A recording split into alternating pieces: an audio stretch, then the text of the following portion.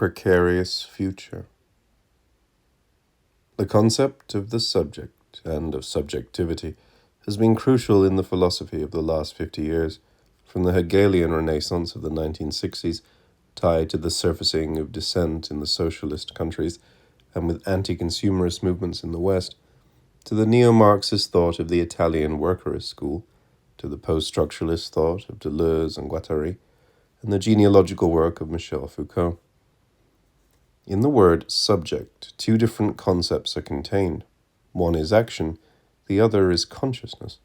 Only by grasping the inner mediation that connects the concept of the subject to the idealistic vision of history as a process of realization of spirit and substance, can we understand the complicated evolutions of the subject in modern philosophy. In my view, everything turns on grasping and expressing the true, not only as substance, but equally as subject, writes Hegel, in the preface to Phenomenology of Mind. He also argues that the living substance is being which is in truth subject, or, what is the same, is in truth actual only insofar as it is the movement of positing itself, or is the mediation of its self-othering with the self. And finally, the truth is the whole, but the whole is nothing other than the essence consummating itself through its development. Of the truth, it must be said that it is essentially a result, that only in the end is it what it truly is, and that precisely in this consists its nature, viz., to be actual, subject, the spontaneous becoming of self. Consciousness is implied in the Hegelian concept of the subject, because consciousness is the mediation between the action and its actor. But here I want to elaborate precisely on the relationship between action and consciousness, as I am questioning the conscious character of social action in the recombinant age. Therefore, here I dismiss the concept of the subject, as it implies consciousness, and I substitute the word subject with the word actor. I speak of agency, of a collective actor, of singularity in the Guattarian sense. And finally, I speak of movement. Movement is the process of recomposition of society, the cultural process that makes possible the political unity of the different social actors who are in conflict in public space. When the social actors find a common ground of understanding and act together for a common goal, I see a movement, the active and conscious side of the process of social transformation, and also of cultural evolution. Movement is the subjective, conscious and collective side of the recomposition of the living social sphere against the domination of the dead, capital. At the end of the 00 decade, for the first time in my life, I have been obliged to recognize that the actor is absent. You see actions, but you don't see an actor.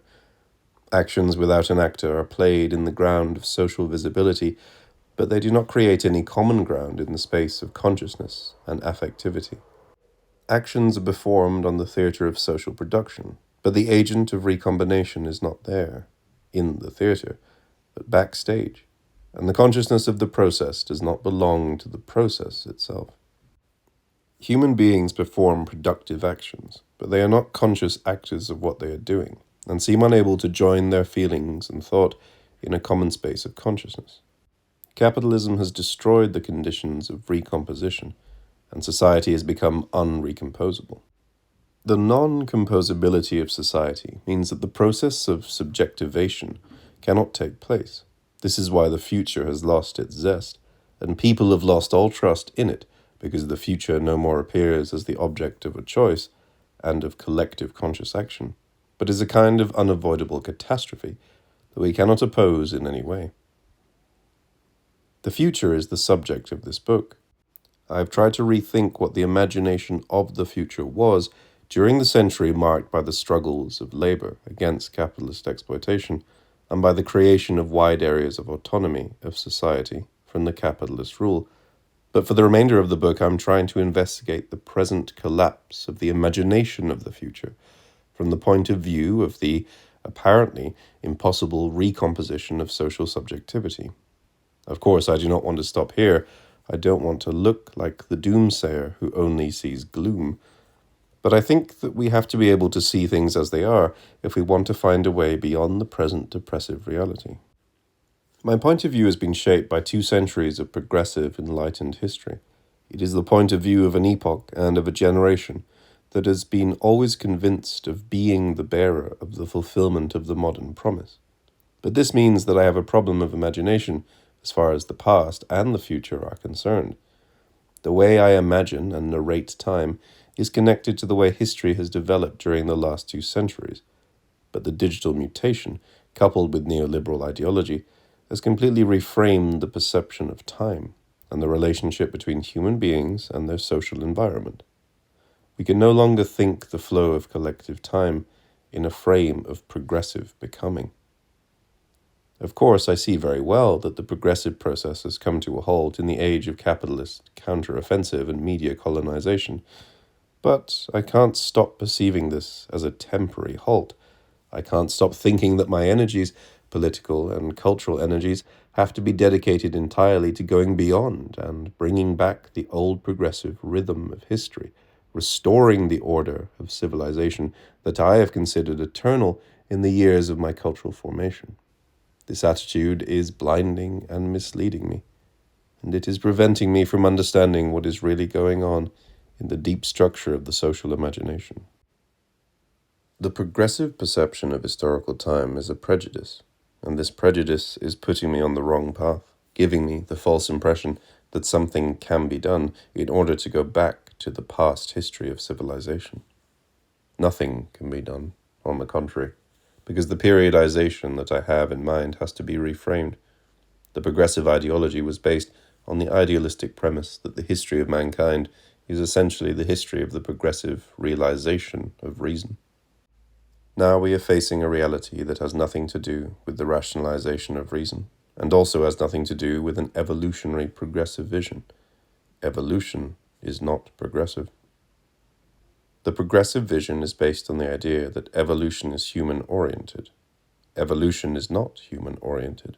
Present evolution has gone beyond the limits of a human-oriented civilization because the limits of human knowability and controllability have been surpassed. Let us focus on 2 concepts recently introduced into the debate on labor and subjectivation. The concept of recomposition comes from the theoretical laboratory of Italian operaismo. The concept of recombination has been proposed by Arthur Kroker and Michael Weinstein, 1993, and by the Critical Art Ensemble, 1994, in order to define the epistemology of the new technologies, namely informatics and biotech. I want to apply these concepts to the organization of labor in the age of networked globalization. I define recombination as the technical form of the labor process in the digital environment, whilst the word recomposition means the social and cultural process enabling the fragments of labor to become conscious subjectivity. My central thesis is the following. The recombinant form of the labor process has changed the very foundation of the conflictual nature of labor, and has displaced the social landscape in such a way that any social conscious recomposition seems impossible. We can start with the political side of the problem. During the last 2 decades, the defeat of the left around the world has often been explained by the crumbling of socialist states and the subsequent dissolution of the communist parties. But I think that the reason for the social and political defeat has to be found in the change in labor organization and in the cultural mutation produced by the media colonization of the mind. The fragmentation of the political left has been a problem, perhaps, during the last decades, and the defeat of the leftist parties in the national elections in Europe has been a symptom of this crisis. But I think that the basic problem for the progressive movement is the cultural inability to start a process of social recomposition of labor. Social composition is the cultural process of unification of the social body through the fusion of imaginary and cultural flows. The concept of composition originally comes from the field of chemical science, not from the political lexicon. In the process of social composition, it is possible to find the material genesis of solidarity and lack of it.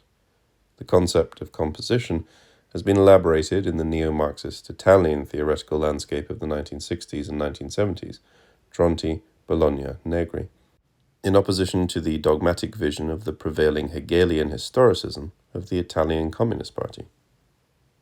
In the parlance of the Italian workers' school, the root of the autonomy of the working class, the ability to organize against exploitation, is to be found in the fusion of the cultural components of the social fabric: myth, ideology, media, advertising. These forces are producing effects in the composition of society.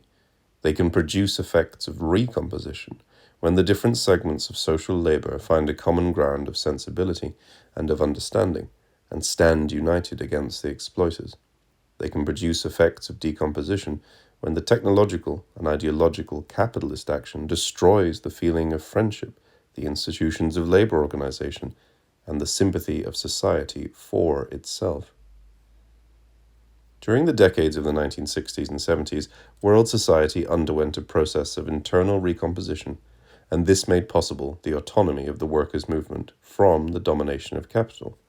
Then, after the victory of Thatcher and Reagan, capital's counteroffensive smashed the organized force of labor, decentralized the factories, invaded the social brain with corporate media flows, and finally reduced the international cycle of labor to an infinite ocean of microfragments of nervous connection.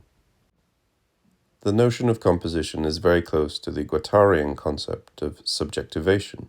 In his books, Guattari says that we should not speak of a subject in the old Hegelo-dialectical way. The subject is not here from the beginning, as an ideal force able to fight and to win. There are not subjects in history. There are women and men, poor, frail organisms trying to escape misery and death. There are conscious and sensitive organisms expressing desire and creating rhizomes. The social molecules may find a way of common understanding and common sensibility, and may act like a subject if they are able to share the same refrain, as Guattari would say. Precarity refers not only to the deregulation of the labor market and the fragmentation of work, but also the dissolution of community. A continuous flow of info-labor runs in the global network, and it is the general factor of capital valorization. But this flow is not able to subjectivize, to coagulate in the conscious action of the collective body. This is why the labor force has apparently become unrecomposable.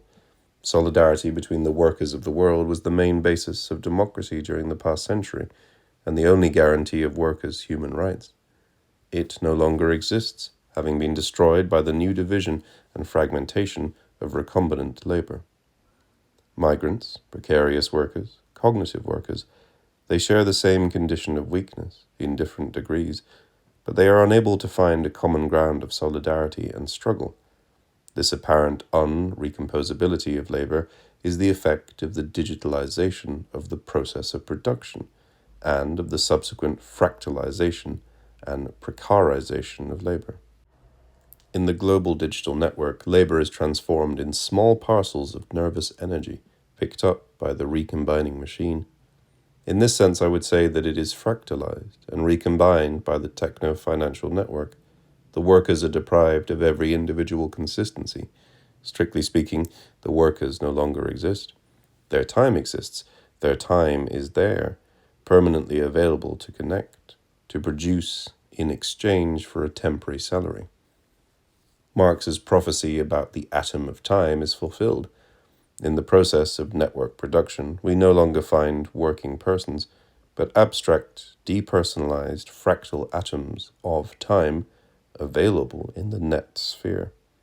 This is why the labor force has become unrecomposable, unable to recognize itself as a community of sensible and sensitive beings who share the same social interests and the same cultural expectations.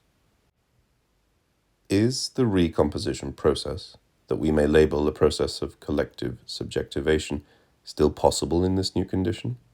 The productive force of cognitive labor has been multiplied by the creation of the recombinant network. The general intellect, to which Marx refers in the Grundrisse, is the ability of knowledge to act as a value-producing force. Thanks to the introduction of digital machines, capital has incorporated the product of the general brain in its system of machines. but the living process of knowledge still resides in the mind of the individual scientist and technician. In the digital network, we are dealing with a different reality. The living brains of individuals are absorbed, subsumed, inside the process of network production and submitted to a system of techno-linguistic automatisms. Recombination is the informational and biopolitical technique that transforms the activity of individual brains in an abstract productive continuum. The individual brain can act effectively only through the recombinant modality, functional recombination of fragments of cognitive labor scattered in time and space, but functionally unified inside the net.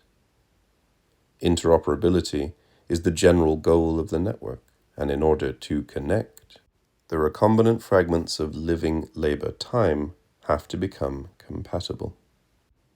Quote, "The core problem of getting computers to communicate with each other is, by definition, one of compatibility. As the network grows bigger, incompatibilities must be overcome. If an incompatibility emerges, it produces a trigger for change requiring new technical and social negotiations. Generally, however, a new protocol or level is introduced that, by operating between or on top of different layers, will allow them all to coexist under a single common framework." End quote. Tiziana, Terranova, Network Culture, Politics for the Information Age. De-singularization of living thought and activity is mandatory for access to the network. In the global network, there are not working persons, but an infinite brain sprawl, an ever-changing mosaic of fractal cells of available nervous energy. The person is nothing but the residue, therefore precarious, of the process of valorization. From the point of view of subjectivation, the productive and functional potency of cognitive labor, its interoperability, seems to be inversely proportional to its social and political recomposability. The collective brain is functionally recombined in the sphere of the net. But at the social and affective level, the social brain appears unable to recompose, to find common strategies of behavior, incapable of common narration and of solidarity. Therefore, the expansion of the productive potency of the general intellect coincides with a schizoid fragmentation of the collective brain, incapable of recomposing as conscious subjectivity, unable to act in a conscious collective way. During modernity, the industrial labor force was composed by persons, bearers of individual ability to perform tasks, and also bearers of physical needs and political rights, like the right to unionize, negotiate, and strike. Today, the labor force can be described as a sprawl of nervous energy, of depersonalized time available to cellular recombination. This time has been fractalized and compatibilized and so made recombinable. In order to interoperate, the individual mind has to become a cell of the networked mind, a compatible fractal. This implies a technological mutation, but also a psychic mutation of the living mind. As Christian Marazzi has explained in his books, language and capital tighten their relationship. Language becomes the economic resource, the productive force, and the market. This is why I speak of semio-capital. The kingdom of signs and the kingdom of production tend to coincide. Language undergoes a mutation, which is a technological mutation, but also a psychic one. In the human psyche, as Freud says, the access to language has much to do with affection, and primarily with the body of the mother. What about the linguistic relationship between the mother and the child when the infosphere is saturated with infostimuli, and the presence of the mother becomes so scarce? In Show and Tell Machine, published in 1977, the American anthropologist Rose Goldsen argued that we are giving birth to human beings that will learn more words from machines than from mothers. In the first decade of the new century, this generation has occupied the stage of social activity and is ready to become compatible with the digital flow. For the new generation, access to language has more and more to do with inorganic connection and less to do with the body of the mother. In her book, L'ordine simbolico della madre, The Symbolic Order of the Mother, Luisa Muraro, 1991, discovers the intimate relationship between signifier and signified, between sign and meaning, between word and affection. I believe in the meaning of the word water, and I acknowledge the relationship between the signifier water and the liquid meaning because I trust in my mother. She has certified the relation between signifier and signified. What happens when the relation is broken, when the access to language is separated from the body and from affection, reduced to mere interoperability between mechanic segments of an emotional exchange? I say that language is in this way made precarious, frail, unable to grasp the emotional meaning of words. Actually, the generation that is now entering the social sphere seems psychologically frail and scarcely fit to link emotion to verbal exchange. The huge multiplication of tools for communication, the digital saturation of the infosphere, has dramatically reduced the spaces and the times of bodily interaction between persons. Let us think of the crowd of people sitting in the subway every morning. They are precarious workers moving towards the industrial and financial districts of the city, towards the places where they are working in precarious conditions. Everyone wears headphones. Everybody looks at their cellular device. Everybody sits alone and silent, never looking at the people who sit close, never speaking or smiling or exchanging any kind of signal. They are traveling alone in their lonely relationship with the universal electronic flow. Their cognitive and affective formation has made of them the perfect object of a process of desingularization. They have been pre-emptied and transformed into carriers of abstract fractal ability to connect, devoid of sensitive empathy, so to become smooth, compatible parts of a system of interoperability. Although they suffer from nervous aggression and from the exploitation that semio-capitalism is imposing on them, although they suffer from the separation between functional being and sensible body and mind, they seem incapable of human communication and solidarity. In short, they seem unable to start any process of conscious collective subjectivation. The infosphere is the dimension of intentional signs surrounding the sensible organism. Sensibility is an interface between organism and world, and particularly we may see it as the ability to understand the meaning of what cannot be said through words, the point of connection between sensitivity and language. Sensibility, rather than judgment, is the place of the mental mutation produced by the infosphere. Changes of perception are intertwined with the technological architecture surrounding the perceptive organism. Prior to modernity, a regime of slow transmission characterized the infosphere and man's psychic time and expectations of events and signals. The acceleration of semiotic transmission and the proliferation of sources of information transformed the perception of living time. The infosphere became more rapid and dense, and sensibility underwent a process of increasing exposure to the flow of infostimuli. Due to an intensification of electronic signals, sensibility was dragged into a vertigo of simulated stimulation that increased its speed to panic levels. The perception of the other and its body is reshaped too. Pressure, acceleration, and automation affect gestural, postural behavior and the whole of social proxemics, the disposition and interaction of bodies in space. At the foundation of social proxemics lies a way of elaborating, hiding, exciting, or repressing eroticism. Social proxemics intervene to change the disposition of the bodies that meet in the street and are nearby in the office or at school. Societies experience conditions of varying degrees of tension and aggressiveness, also according to how they develop eroticism in the circulation of bodies. Throughout the history of civilization, perception has been molded by artificial regimes of images and techniques of representation. Through digital technology, the image begins to proliferate vertiginously, and our faculty of imagination undergoes vortices of acceleration. The image should not be considered as the brute perception of empirical data brought to our visual attention by matter. It is rather the effect of a semi-conscious elaboration. The technical mode in which we receive and elaborate images acts upon the formation of the imaginary.